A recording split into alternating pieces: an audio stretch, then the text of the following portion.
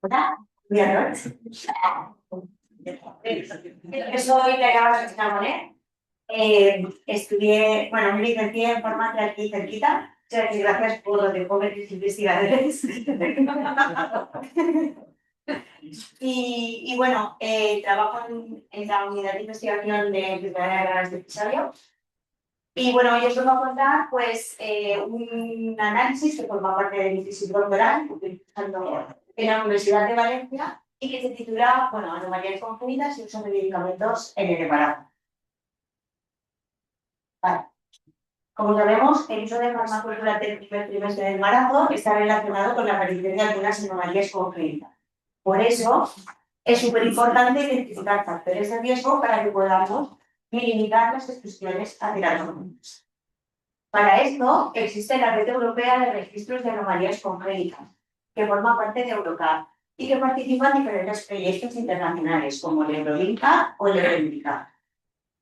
Además, también existen otras iniciativas, como el proyecto Conception, cuyo objetivo es generar evidencia sobre la seguridad del uso de fármacos durante el embarazo a partir del uso secundario de datos.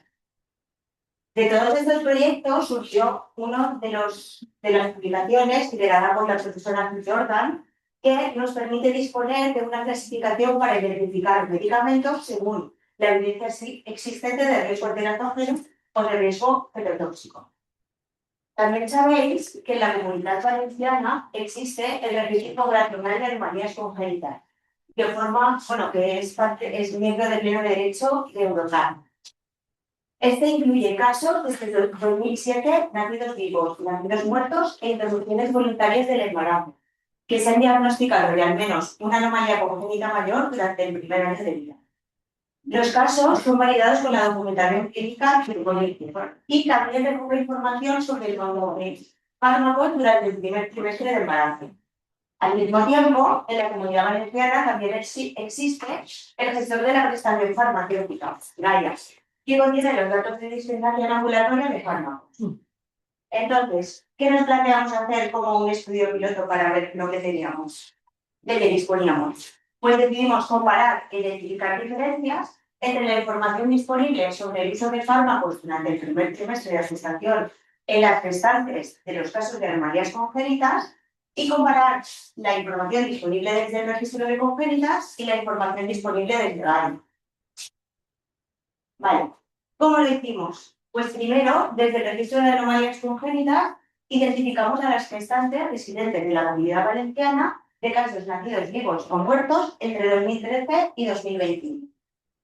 Después identificamos si esas gestantes habían tenido uso de fármacos durante el primer trimestre, según la información de cada fuente, y después la comparamos entre sí. De todas las posibles combinaciones entre las dos fuentes, decidimos coger los extremos, las que no coincidían para nada. Después vimos qué fármacos habían tomado cada una de las gestantes y los clasificamos según el riesgo teratógeno, el riesgo fetotóxico y también identificamos los que eran suplementos de vitaminas y minerales. Y con esto comparamos la información de los dos grupos entre sí. Para el riesgo teratógeno y fetotóxico, estimamos las proporciones y sus intervalos de confianza. Para los suplementos estimamos las proporciones y también identificamos También identificamos los grupos terapéuticos que solo pudimos identificar a través de una de las dos terapias. ¿Vale? Con esto obtuvimos que pudimos identificar del registro de anomalías congénitas a 6.818 gestantes. De esas, 479 tenían uso de fármacos en el registro de congénitas, pero no tenían dispensaciones en GAIA. Y de esas mismas, 1.463 tenían dispensaciones en GAIA, pero no tenían uso de fármacos en el registro. La tabla 1 nos muestra la distribución de los fármacos en relación con el riesgo teratógeno. Vemos que más de la mitad de los fármacos identificados en el registro de anomalías congénitas tenían bajo riesgo teratógeno y, de hecho, la proporción era significativamente superior a los encontrados en GAIA. Sin embargo, también vimos que de alto riesgo teratógeno la proporción de fármacos encontrados de Gaia fue significativamente superior a la de los encontrados en el registro de anomalías congénitas. Aquí tenemos la distribución según el riesgo de fitotoxicidad.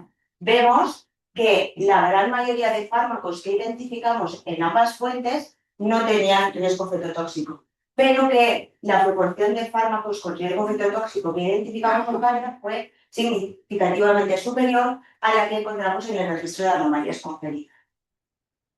En la tabla 3 podemos ver cómo la proporción de suplementos identificados en el registro de anomalías congénitas fue casi 5 veces superior a la encontrada en Gaia.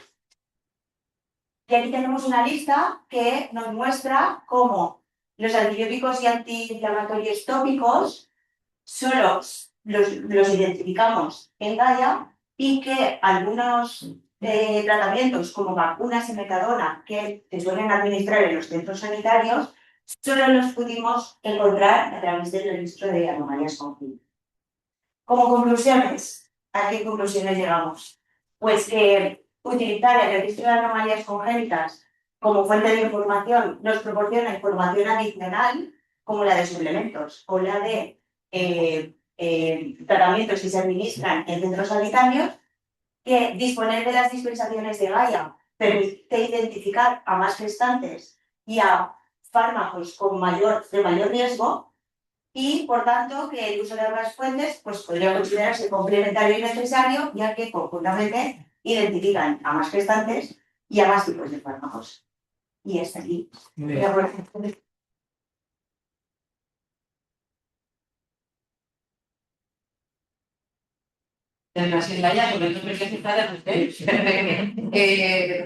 Una pregunta, incluso dos, porque se han mantenido en el tiempo. ¿Alguien tiene alguna pregunta? Si no, pasamos al siguiente y al siguiente. Muchas gracias. Vale, pues empiezo. Buenos días. Yo soy Vicente López, del grupo de Biomedicina Molecular Celular Genómica de la Isla C, dirigido por Gemma Millán, la persona con quien trabajo también en Regina. Yo os voy a explicar un poco lo que llevo de momento en mi proyecto de tesis, que va sobre la modulación del splicing con RNAs circulares para variantes sincrónicas profundas en el género CA4 en enfermedades Stargardt tipo 1. Vale. En nuestro grupo trabajamos en el diagnóstico y desarrollo de terapias de enfermedades raras y yo en concreto trabajo con las distrofias hereditarias de la retina, que es un grupo de enfermedades raras de carácter genético que cursan con la degeneración o bien de las células fotorreceptoras o bien del epitelio pigmentario de la retina o de ambos y que pueden llegar a causar cegueras. Entonces, yo me voy a centrar en una de estas enfermedades que es la enfermedad de Stargardt tipo 1. Esta enfermedad está causada por mutaciones bialélicas en el gen de BETA4, el cual es un gen que codifica por esta proteína de aquí, que es una proteína transmembrana en los discos de las células fotorreceptoras y la cual se encarga de procesar productos tóxicos del ciclo viscoral. Los momentos han descrito más de 2.000 variantes patogénicas en este gen, pero yo me voy a centrar en 3 de ellas, que son crónicas profundas. Son estas 3 de aquí que vemos, las 3 están en el intrón 36 y las 3 provocan la inclusión de un pseudoexón. La primera provoca la inclusión de un pseudoexón de 129 nucleótidos, que se solapa con el de la segunda, que es de 177 nucleótidos. Pues downstream tenemos esta de aquí, que es de 73 nucleótidos. Las 3 al final lo que dan es una proteína aberrante que no hace su función, pero que por tanto acaba causando la enfermedad. Entonces, si nos ponemos en el contexto de que queremos desarrollar terapias génicas para estas 3 variantes y sus pseudoexones, podemos hacerlo de diferentes maneras. Una manera sería, por ejemplo, simplemente nosotros introduciendo en las células una copia sana del gen. Es decir, esta copia sana dará una RNA que hará el splicing bien y dará una proteína funcional. Esto ahora mismo se hace con virus adenosociados, los cuales tienen una limitación ya bastante clara, que es que, por ejemplo, en nuestro caso, que es ABCA4, es un gen de un gran tamaño. Entonces, el gen entero no cabe en un solo virus. Hay que partirlo en 2 y hacer una terapia dual metiéndolo en 2 virus diferentes. Esto es más costoso y también es más complicado. Entonces, otras cosas que podemos hacer, por ejemplo, es que debe meter una copia sana corregir la que tenemos en la célula. Esto se puede hacer a nivel del ADN con terapias del estilo de CRISPR-Cas9, sus derivados como Prime Editing, las cuales son una solución permanente ya que estamos editando el ADN, pero también es verdad que ahora mismo estas terapias tienen muchos efectos off-target. Estos efectos off-target, igual que la solución, también son permanentes Así que ahora mismo no es una solución que sea muy segura. Otra opción es, en vez de editar el ADN, ir a editar el ARN, ya que sí que sabe que es una solución que no es permanente, porque el ARN que quitaremos se acaba perdiendo, pero cualquier efecto off-target que haya también se acabará perdiendo. Entonces, otras limitaciones que tiene este tipo de terapias es, por ejemplo, que lo que se hace es reclutar las ARN, que son unas enzimas que lo que hacen es corregir cambios de C a A. Nosotros, por ejemplo, tenemos cambios de A a G o de C a A. No nos servirían para las variantes. Y además, otras limitaciones son que no hay ahora mismo ningún paper descrito en el que se hable de edición de ARN en variantes sintónicas profundas. Entonces, otra cosa que se puede hacer, y que de hecho se plantea con este caso, en estos casos, es ir a bloquear la inclusión de estos exones en el transcrito final, bloqueando el splicing. Estos se hace con ASOs, que son oligonucleótidos antisentido. Entonces, también tienen sus limitaciones, que son de ARN también, pero también se degradan, requieren dosis periódicas y además tienen un tamaño limitado. Esto quiere decir que la reacción que podemos sufrir del exosoma también es bastante limitada. Entonces, lo que nosotros proponemos es, en vez de utilizar ASOs, utilizar RNAs circulares antisentido. Los cuales son circulares, estos hacen que no puedan ser atacados por exonucleasas y por tanto son más resistentes a degradarse. Esto quiere decir que teóricamente podríamos administrarlos y aplazar las dosis en más tiempo. También tienen un tamaño más grande, de manera que pueden bloquear regiones más grandes del exosoma. Entonces, nuestro objetivo ahora mismo es diseñar RNAs circulares que bloqueen estos tres exosomas. Entonces, a nivel metodológico, lo que hacemos ahora mismo es mirar las regiones sincrónicas donde están los exosomes y, sobre todo, fijarnos en las regiones de regulación del splicing. Queremos bloquear las que aumentan el splicing, pero no bloquear las que lo están disminuyendo. Entonces, hacemos algunos modelos y una vez tenemos algunos candidatos, lo que hacemos es mirar la estructura secundaria de estos circulares. Entonces, miramos los candidatos que tenemos y escogemos los mejores para producirlos en formato de plásmido por una vez. Una vez tenemos a nuestros candidatos producidos, lo que hacemos es transfectar las células en 293 junto a plásmidos de minigen, que es un plásmido que contiene unos 600 áreas de base de Intron 36, donde está ninguna mutación o alguna de las tres variantes que queremos estudiar. Entonces, nosotros lo que hicimos fue diseñar 9 circulares diferentes para la región común de los dos pseudoexones que se solapaban, el de 129 y 177, y después para el otro que está más downstream, de 73 nucleótidos, hicimos 4 circulares diferentes. También diseñamos un MOC como control. Después de 48 horas de contrainfección, lo que se hace simplemente es accionar el RNA y una RT-PCR para estudiar por densitometría las bandas del gel para ver el efecto que tiene la inclusión de pseudoexón añadir nuestros circulares. Entonces, los resultados de nuestra primera variante son estos de aquí, la que daba 129 nucleótidos. En esta parte de aquí, de la izquierda, vemos lo que es el wild type con sus circulares. Entonces, esta banda de aquí corresponde al transcrito que no tiene el pseudoexón. Y podemos ver cómo esto básicamente no parece estar afectado al incluir los circulares. Después, en la parte derecha, vemos el mutante con sus circulares. El mutante sí que incluye el pseudoexón y podemos ver que esto cambia un poco en alguna situación en la que incluimos el circular. Pero básicamente el que va mejor es este circular de aquí, que es el circular 6, que consigue un 47% de expresión del transcrito que no tiene el pseudoexón. También podemos fijarnos que el MOC no parece tener ningún efecto. Después, en otra variante que se solapa, que es la 167 nucleótidos, utilizamos los mismos circulares. Vemos que pasa algo parecido. Sí que es verdad que tenemos algunas bandas crípticas que ahora mismo no sabemos lo que es, tenemos que secuenciarlas, pero puede ser que sea algún tipo de splicing alternativo que de este tipo de banda o algún tipo de heteroduplex entre los productos de PCR. También, básicamente, aquí lo mismo, vemos que el circular 6 es el que mejor funciona, con un 77% de banda que no incluye el pseudoexón, y vemos que el MOC tampoco hace nada. Entonces, después, en la última variante, que es la que no se solapa con ninguna de las dos y que tiene circulares diferentes, vemos que el mutante también es diferente, ya que aquí vemos 2 bandas. Esto es porque la mutación no tiene suficiente fuerza como para hacer que todos los transcritos incluyan el pseudoexón. Solo un 31% de ellos lo incluye. Entonces, vemos que, independientemente de esto, los circulares que tenemos parecen funcionar muy bien. El circular 10 es el que mejor funciona, consiguiendo un 100% de transcritos con wild type. Y aquí vemos que el MOC sí que parece tener un ligero efecto, ya que hace que aumenten los transcritos que incluyen el pseudoexón. Ahora mismo esto no lo sabemos por qué sea.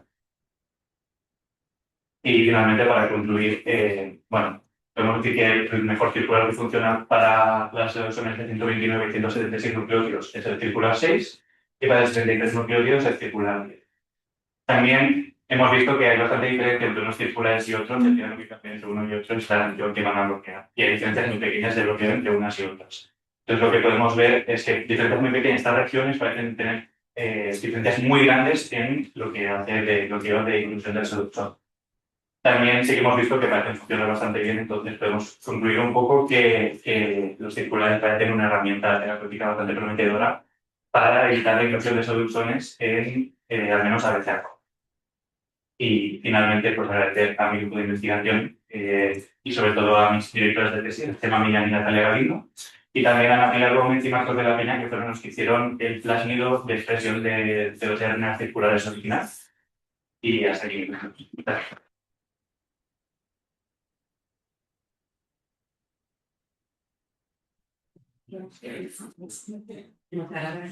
Yo les había amenazado por email de ganárselos el tiempo.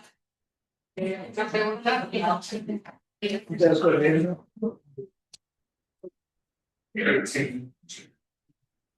Gracias por esa atención. No conocía y otros. Has comentado todos los efectos técnica arriba del registro, pero no has dicho nada sobre tu técnica en particular. ¿Cuáles son los efectos que puede haber Bueno, aquí nos observamos un poco. Sí que es verdad que, a ver, terapias circulares que hagan esto, hay pocas. Y los efectos que hay no reportan efectos oficiales. Seguramente hay algunos. Como hemos podido ver aquí, hemos visto que había algunas bandas críticas que puede ser que se den por efectos que puede tener circular en promover que haya tránsitos alternativos. Es decir, que igualmente no es de que tienen que son, pero puede ser otros tránsitos que tampoco son muy funcionales, digamos. Y además, los circulares son RNAs que son esponjas de muchas cosas. Son esponjas de proteínas de una RNA, de mirna, de muchísimas cosas. Entonces, también puede ser por eso que nos diera el efecto ese de que se aumenta la proporción de tránsitos que son en la última variante, porque puede que esté reclutando cosas de regulación del splicing y se tocan. O sea, es posible que haya un efecto. y por decir, ¿cómo introducís los RNAs dentro de las células? Nosotros lo hacemos con un plásmido. Sí que es verdad que se puede hacer de diferentes maneras. Hay gente que lo que hace es los transcribe in vitro y cuando tiene RNA circular simplemente los transfecta. Nosotros lo hacemos con un plásmido que expresa el RNA circular. Tiene sus ventajas y sus defectos. Ah. Muchas gracias. Bueno, pues sí. Yo soy Daniela, como ha dicho Carmen, y voy a presentaros una parte de la investigación que estoy haciendo para mi tesis doctoral, que es el estudio de las posibles alteraciones en los circuitos resocinéticos y conductas asociadas en el síndrome de Rett y de Kistra.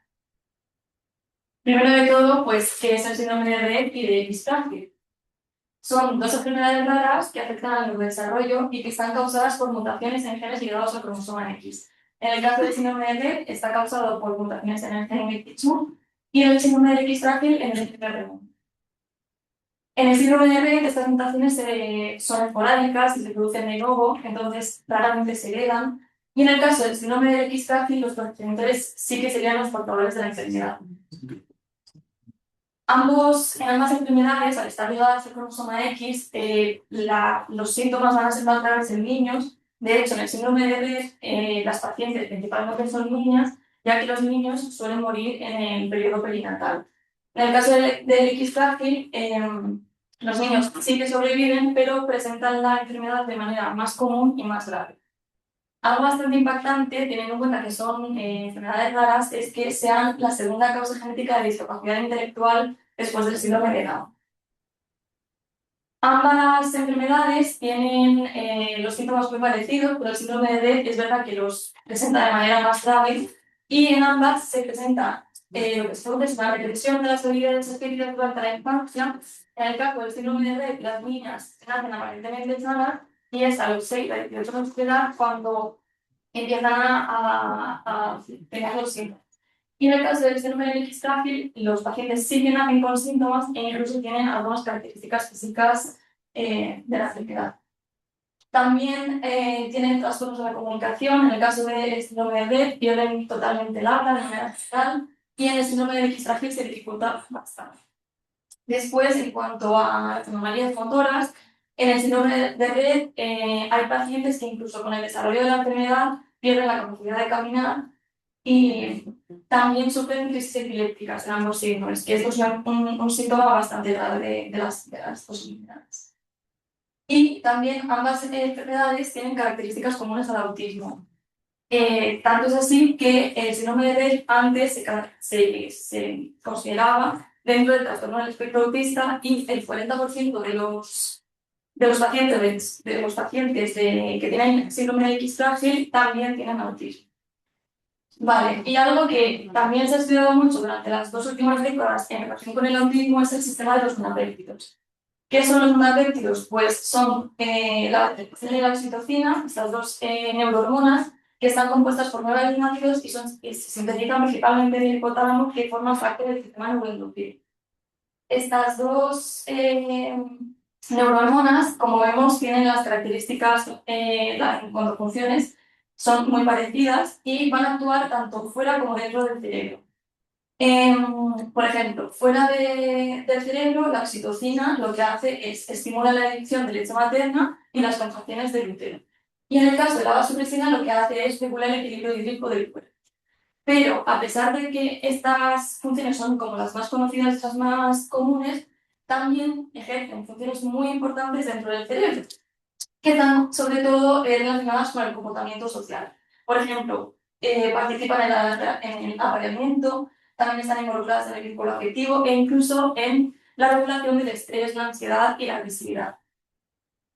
En cuanto a la vasopresina, al sistema vasopresinérgico, se ha visto que hay núcleos que dependen de testosterona y por tanto son sexualmente dimórficos. Y esto se traduce en que los machos van a presentar en estos núcleos más vasopresina que las hembras. Nosotros en nuestro laboratorio trabajamos con el modelo de ratón para el síndrome de Rett y hemos visto que el ratón Mekichu-Mogao tiene los niveles de testosterona más bajos que el ratón wild type, que sería el sano. Pero en el caso del FMR1, que es el ratón modelo para el X frágil, se ha visto que los niveles de testosterona están aumentados, al contrario que en el síndrome de Rett. Pues bien, con todo esto, nuestra hipótesis de partida es que la inhibición vasopresinérgica dependiente de testosterona va a estar alterada en el síndrome de Rett y en el síndrome de X frágil, los modelos de ratón. Y esta hipótesis la comprobamos mediante tinciones inmunofluorescentes, donde marcamos la vasopresina y la analizamos en núcleos clave del cerebro para el comportamiento social. Como segunda hipótesis, tenemos que esta desregulación del sistema vasopresinérgico va a estar involucrada también a la alteración de los comportamientos característicos del autismo que he mencionado, que tienen esos síntomas. Y para comprobarlo hemos hecho ciertas pruebas de comportamiento, en este caso de investigación de señales olfativas, que son feromonas, y conductas repetitivas. Vale, en cuanto a la inervación de vasopresina, no sé más desde ahí, pero tenemos en el ratón mutante para el síndrome de Rett, en el modelo de ratón de síndrome de Rett, tenemos que en el núcleo paraventricular del hipotálamo, que es uno de los principales sitios de síntesis de la vasopresina, el número de células va a ser similar en ambos fenotipos. Hemos visto que es similar en ambos fenotipos. Pero al contrario, en la vénula, que es un núcleo dependiente de testosterona y sexualmente dimórfico, hemos visto que los ratones knockout tienen esta inervación mucho más reducida que los wild type. Lo que está indicando está relacionado con los niveles de testosterona disminuidos que he mencionado antes que tenían estos ratones. También hemos visto resultados muy similares en el caso del FMR1, del ratón modelo para el frágil X. En el núcleo paraventricular, los dos fenotipos tienen número de células similar, y en el caso de la vélula, que es el núcleo de testosterona dependiente, hemos visto que la inervación está más disminuida que en el wild type. ¿Esto qué quiere decir? ¿O qué podría indicar? Que quizá tanto un exceso como una falta de testosterona va a hacer que este sistema vasopresinérgico esté alterado. Vale, pasando ya a las pruebas de comportamiento que hemos hecho, como he dicho antes, hemos evaluado si los ratones son capaces de distinguir las feromonas de otro congénere, y esto lo hemos hecho con un test de habituación-deshabituación. Esto lo hemos hecho también con ratones adultos de 60 días de edad y con orina de macho. Este test en lo que consiste es en presentar unas tiradas sencillos, primero secos y luego con orina de macho, y analizar la exploración del ratón. Vale, hemos visto en las hembras que estas son presintomáticas a esta edad, es decir, no presentan síntomas, que la discriminación es más o menos igual en ambos genotipos. Y aunque también se ve en la gráfica que las heterocigotas tienen menos exploración que las wild type. Pero en el caso de los machos, que sí que son sintomáticos a esta edad, hemos visto que los ratones knockout hacen una exploración completamente aleatoria de los vasconcillos y que, a diferencia de los wild type, no son capaces de reconocer la orina de macho. Otras cosas que hemos visto en este test y que hemos evaluado como conductas aparte de la exploración es el acicalamiento, el acercarse mismo y el ponerse sobre dos patas. En cuanto a acicalarse, hemos visto tanto en ratones macho como hembras que los mutantes hacen este comportamiento en exceso. Y esto se podría asimilar también a la conducta repetitiva y estereotipada que tienen las niñas con síndrome de Rett del lavado constante. Y lo que hemos visto en cuanto a ponerse sobre dos patas es que también los dos sexos tienen este comportamiento, tienen este comportamiento reducido, lo que podría estar indicando estos problemas motores que presentan en primero. Por tanto, como conclusiones, tenemos que primero la activación vasopresinérgica dependiente de testosterona va a estar alterada tanto en el FMR1 como en el MECP2. Los comportamientos asociados a este sistema vasopresinérgico, como el comportamiento repetitivo y esta exploración social, van a estar también alterados en los ratones mutantes para MECP2. Y como trabajo futuro, deberíamos investigar cuáles son los mecanismos que dan lugar a este déficit en la inhibición vasopresinérgica y en qué etapa del desarrollo postnatal pues, está ocurriendo todo esto. Y además, todo esto podría ayudar también a generar terapias farmacológicas u hormonales que pudieran pues, restaurar todos estos síntomas y mejorar. Eso es todo. Muchas gracias sobre todo a pues, todo el grupo, a Rafa, a Carmen, a Ana y sobre todo a los profesores de tesis, a Ricardo y Carmen. Sí, hola, buenos días. Soy Marta Rondán, soy estudiante predoctoral en la Universidad de Valencia, en el grupo de investigación sobre fisiopatología celular, del grupo de la doctora Pilar González y el doctor Federico Pallardo. Y hoy vengo a hablar sobre un nuevo modelo murino sobre la ataxia de Friedrich. La ataxia de Friedrich es una enfermedad rara, pero dentro de las ataxias hereditarias es la más frecuente, con una prevalencia entre 1 de cada 30.000 individuos. Se trata de una enfermedad neurodegenerativa con herencia autosómica recesiva, causada por la expansión del triplete homocigótico guanina, adenina, adenina en el intrón 1 del gen que codifica para la proteína frataxina. En individuos sanos, esta repetición va entre 5 y 30, mientras que los pacientes pueden tener hasta 1.700 repeticiones, siendo lo más común entre 600 y 900. Esta expansión lo que provoca es una deficiencia en la expresión de la proteína frataxina, reduciendo los niveles entre un 4 y un 29% con respecto a los individuos sanos. La frataxina es una proteína fundamental para la función de las mitocondrias y se ha visto que la deleción total de este gen provoca letalidad embrionaria en modelos de roedores, lo que dificulta un poco el estudio en modelos clásicos. Se propone entonces un nuevo modelo murino, que es un knockout al que se le ha eliminado el gen de la frataxina murina y se ha introducido un transgen humano con más de 800 repeticiones. Nuestros dos grupos experimentales, tenemos por un lado los controles, que son ratones T57 BL6J, Y por otro lado, el modelo atáxico, los ratones IG8JR. Se llevó un seguimiento periódico del peso para ver si esta variable podría estar influenciando a otros parámetros que hemos medido. Y se vio que para el caso del modelo atáxico, tanto para machos como para hembras, el peso era significativamente menor. La ataxia de Friedreich provoca una degeneración progresiva de las vías espinocerebelosas y de los ganglios de la raíz dorsal, provocando alteraciones motoras.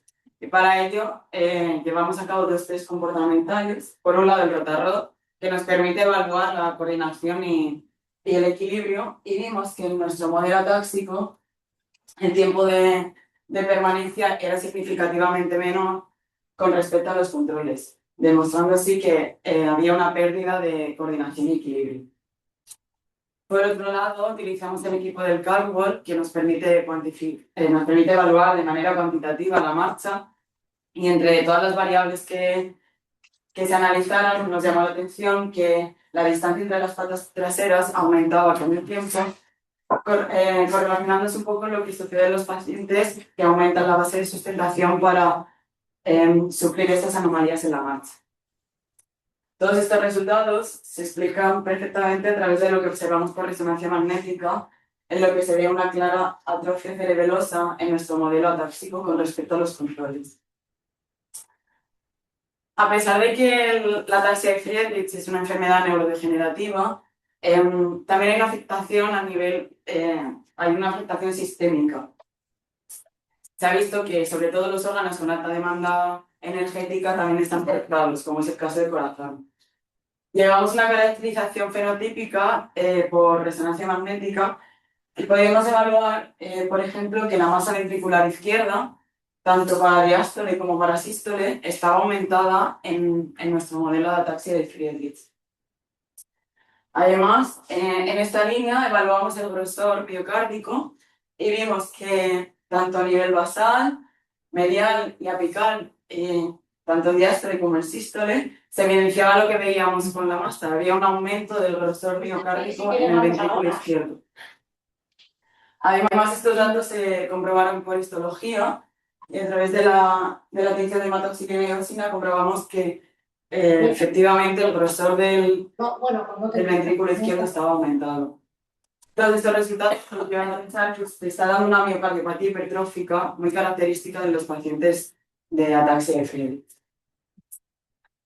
Por otro lado, también evaluamos los volúmenes, tanto telediastólico, es decir, el volumen que cabe en el corazón, en el ventrículo izquierdo, y el volumen telesiastólico, es decir, el volumen que queda en el corazón tras la sístole.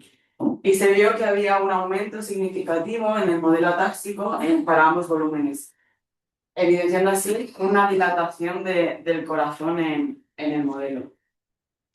Cuando relacionamos estas dos variables a través del volumen eyectivo, que se calcula como la diferencia de estos volúmenes, es decir, el volumen que sale del corazón tras cada latido, se ve que no hay diferencias significativas. Es decir, la cantidad absoluta de sangre que está saliendo por latido es la misma, a pesar de que sea mayor a pesar de que el volumen telediastólico, es decir, el volumen que cabe en el corazón, es mayor.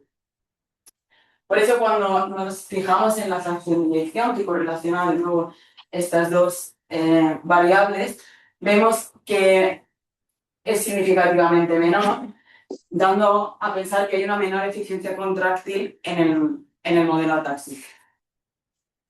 Por otro lado, cuando nos fijamos en la frecuencia cardíaca, vemos que esto aumenta en el modelo atáxico con respecto a los controles.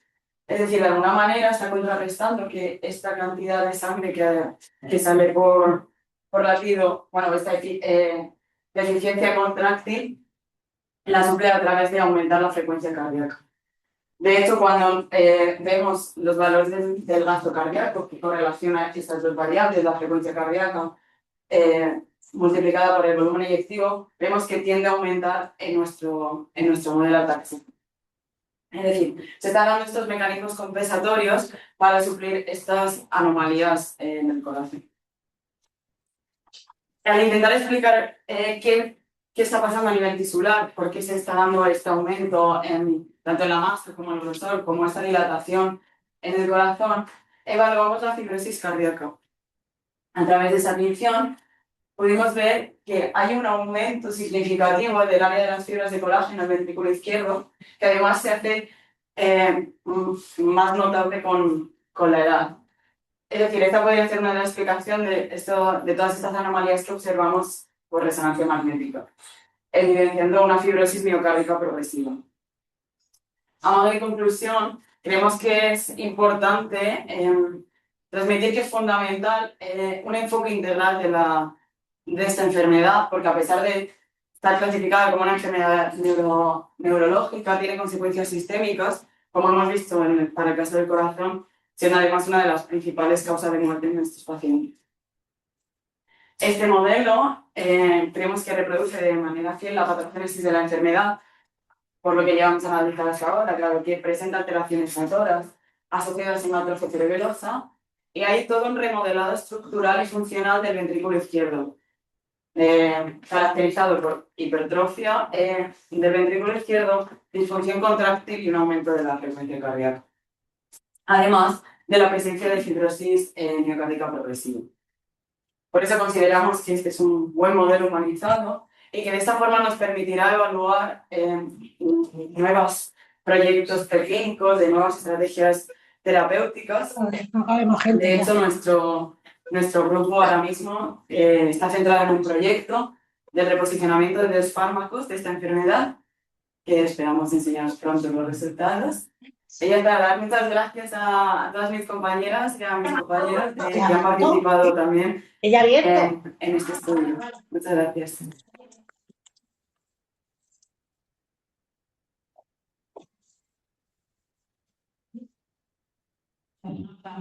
¿Alguna pregunta para Marta? Hoy no estamos muy preguntones. Pues Emma sí. Muy bien.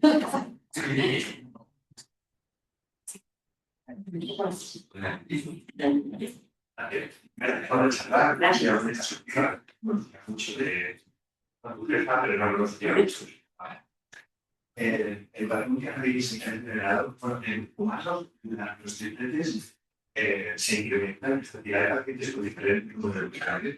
Sí, o sea, no todos los pacientes tienen urticarios. Vale, en vuestro operador, ¿podéis incrementar ese número de tripletes? O sea, que nosotros incrementemos. Sí.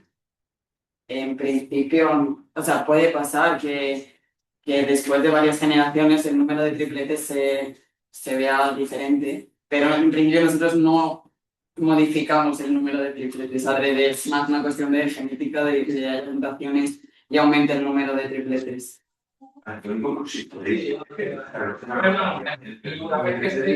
Nunca termina. Y si Me acuerdo yo cuando no teníais. Sí, Vale. lo de... Sí. Y la pregunta que te hice. Sí que se ha descrito que el número de tripletes tiene una relación directa con, digamos, con el fenotipo, la afectación. Entonces sería interesante ver si los patrones que están más afectados son los que tienen un número de repeticiones mayor dentro de la carrera. No, yo soy Esteban Jiménez Villalba, estoy haciendo la tesis doctoral aquí en la Universidad de Valencia, en el grupo de la doctora Sergio Rodríguez Ferrós, y os voy a hablar sobre parte de mi proyecto de tesis que trata sobre un tratamiento con probióticos en un modelo de ratón de síndrome de Prader-Willi.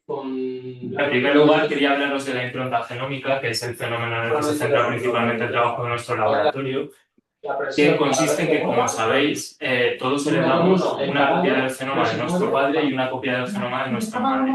Y para la inmensa mayoría de los genes se expresan ambos alelos, tanto el que heredamos de nuestro padre como el que heredamos de nuestra madre. Pero, sin embargo, existe un subconjunto de genes que se denominan genes improntados, que se expresan únicamente a partir de uno de los dos alelos en función de si lo heredamos de nuestro padre o de nuestra madre. Son alrededor de entre 150 y 200 genes, tanto en el caso de ratón como en el caso de humanos, y su expresión se encuentra regulada principalmente por metilación del ADN en regiones conocidas como los genotipios de la impronta. Se sabe que alteraciones de la impronta genómica son causantes de algunos síndromes humanos, como es el síndrome de Prader-Willi, del que voy a hablar, y está implicado en el desarrollo del cáncer. El síndrome de Prader-Willi es un síndrome genético del neurodesarrollo con una incidencia de entre 1 de cada 15.000 y 1 de cada 30.000 nacimientos y se encuentra caracterizado principalmente por una actividad fetal reducida durante el embarazo, una primera etapa en la vida que dura alrededor de hasta los primeros 2 años de edad, que se caracteriza por problemas en la alimentación e hipotonía, y a partir de los 5-8 años de edad, otras alteraciones, entre las cuales la más característica es la hiperfagia, por una falta en el control de la saciedad, que puede derivar en problemas mayores como obesidad, diabetes, problemas respiratorios o incluso problemas cardíacos. Además, un porcentaje significativo de pacientes muestran alteraciones sociales, problemas de ansiedad o alteraciones cognitivas. Esta región que os muestro aquí es la región del genoma que está implicada en el desarrollo de esta enfermedad, que es la región ubicada en humanos en el cromosoma 15 y que contiene genes tanto expresados a partir de la copia paterna como expresados a partir de la copia materna. El síndrome de Prader-Willi se causa cuando se anula la expresión de los genes paternalmente expresados de esta región. En el 70% de los casos, esta alteración de la expresión está debida a una deleción de esta región. Es decir, no tenemos la copia paterna y por tanto esos genes no pueden expresarse. La región ortóloga en ratón, la similar, se encuentra ubicada en el cromosoma 7 y varios estudios, mediante mapeo de las deleciones de los pacientes, se ha podido establecer una región crítica que se denomina, que es la mínima región que tiene que estar mutada para desarrollar un fenotipo compatible con el síndrome de Prader-Willi. Esta región contiene la pausa codificante del gen SNOR116, que codifica para un ARN pequeño nucleolar, y del gen IPW, que codifica para, o sea, que es no codificante del proteína. En nuestro caso, para este estudio, generamos tanto ratones wild type, es decir, ratones que no poseen la deleción, como ratones que poseen la deleción de la región crítica del síndrome de Prader-Willi únicamente en el alelo paterno, que es el que se expresa. En colaboración con la empresa ADM Biopolis, hemos administrado a los ratones modelo un tratamiento de probióticos a lo largo de 3 meses y posteriormente hemos realizado unas pruebas de conducta para ensayar estas alteraciones que sabemos que tiene el modelo de síndrome de Prader-Willi, que son similares a los que se ven en el síndrome.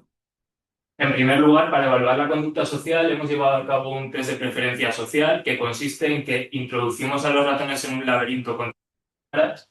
En una de ellas se sitúa un sujeto social, es decir, otro ratón, y en otra cámara un sujeto no social o un objeto, y medimos el tiempo que pasan explorando cada una de estas 2 cámaras.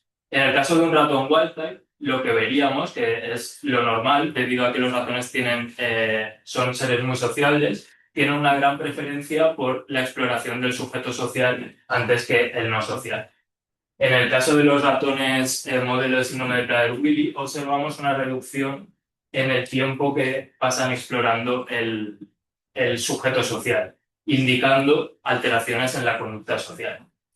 Sin embargo, cuando aplicamos el tratamiento con probiótico, el tiempo que pasan explorando el sujeto social se incrementa y pasa a niveles similares a los del ratón wild type, por lo que el tratamiento podría estar mejorando las alteraciones observadas en este modelo. Por otra parte, hemos realizado también tests para ensayar el aprendizaje y la memoria, utilizando el conocido como Morris Water Maze, que consiste en una piscina llena de agua opaca en la que escondemos una plataforma que se encuentra situada muy cerca de una marca visual que sirve a los ratones para orientarse. Entonces, a lo largo de 3 días, entrenamos a los ratones para que aprendan a encontrar esta plataforma, para que se orienten con esta señal, y en un cuarto día, una vez que ya han aprendido dónde está esa plataforma, se la quitamos y registramos la trayectoria de los ratones a lo largo de toda la piscina. Los ratones que hayan aprendido y que recuerden dónde se encontraba la plataforma pasarán más tiempo en el cuadrante de la piscina donde previamente se encontraba la plataforma, y esto nos permite saber ensayar el aprendizaje y la memoria de estos ratones. Lo que observamos fue que los ratones modelo pasaban un menor tiempo en este cuadrante donde previamente se encontraba la plataforma, indicando alteraciones en la memoria de estos ratones, tras el tratamiento con el probiótico, al menos parcialmente, se rescataban y eran más parecidos a los ratones wild type que a los ratones modelo. Por lo que esto nos indicaría que el tratamiento podría tener efectos en mejorar las alteraciones de memoria que padece este modelo de ratón. Por último, y como el aprendizaje y la memoria son procesos muy relacionados con el hipocampo, hemos realizado un análisis transcriptómico del hipocampo de estos ratones, tanto wild type como mutantes, tratados con el probiótico o con un placebo, y lo que hemos observado es que la mutación de la región crítica del síndrome de Prader-Willi desregula la expresión de alrededor de 3.800 genes. Si analizamos por un análisis ontológico qué procesos se encuentran alterados, observamos algunos relevantes para el sistema nervioso central, ya que los genes que incrementan su expresión en el modelo están relacionados con procesos de IA axonal, del metabolismo de la hormona de crecimiento, sincronización circadiana, tanto colinérgicas como glutamatérgicas. Tras el tratamiento con el probiótico, observamos que hay más de 1.100 genes que cambian su expresión. Y de esos 1.100 genes, alrededor de 600 rescatan su expresión, es decir, adquieren patrones de expresión más parecidos a los de un ratón wild type que a los de un ratón modelo tratado con el placebo. Lo que observamos si miramos esos 600 genes que rescatan su expresión es que están implicados de nuevo en procesos que están alterados inicialmente en el modelo de síndrome de Prader-Willi, como la vía axonal, la sincronización circadiana o sinapsis tanto glutamatérgica como colinérgica. Por lo que esto nos estaría diciendo que este tratamiento podría estar revirtiendo algunas de las alteraciones que observamos a nivel transcriptómico en el hipocampo de los animales modelos. Y finalmente quería agradecer a mi grupo principalmente, pero también a otros grupos aquí también de la facultad, como el de Isabel Fariñas o el de Cristina Gil, y nada, y a las entidades financiadoras del proyecto.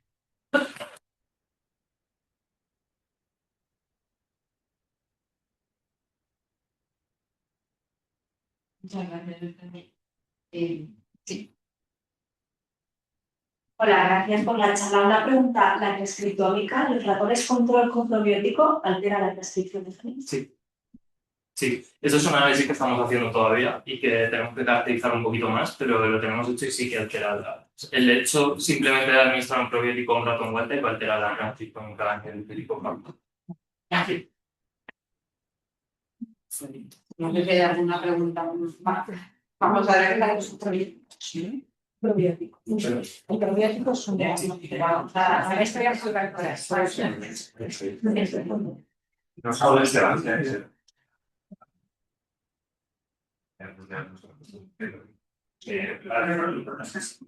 es interesante.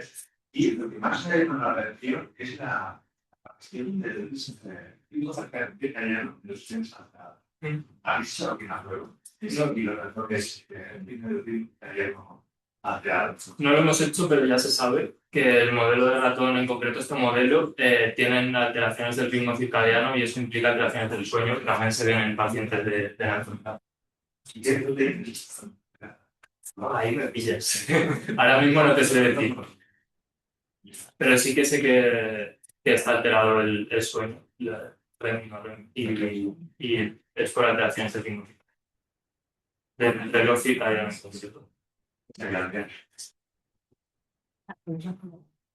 Sí. Muy corta. Como ha habido preguntas antes. Muchas gracias por la charla. No sé si esto se va a venir, pero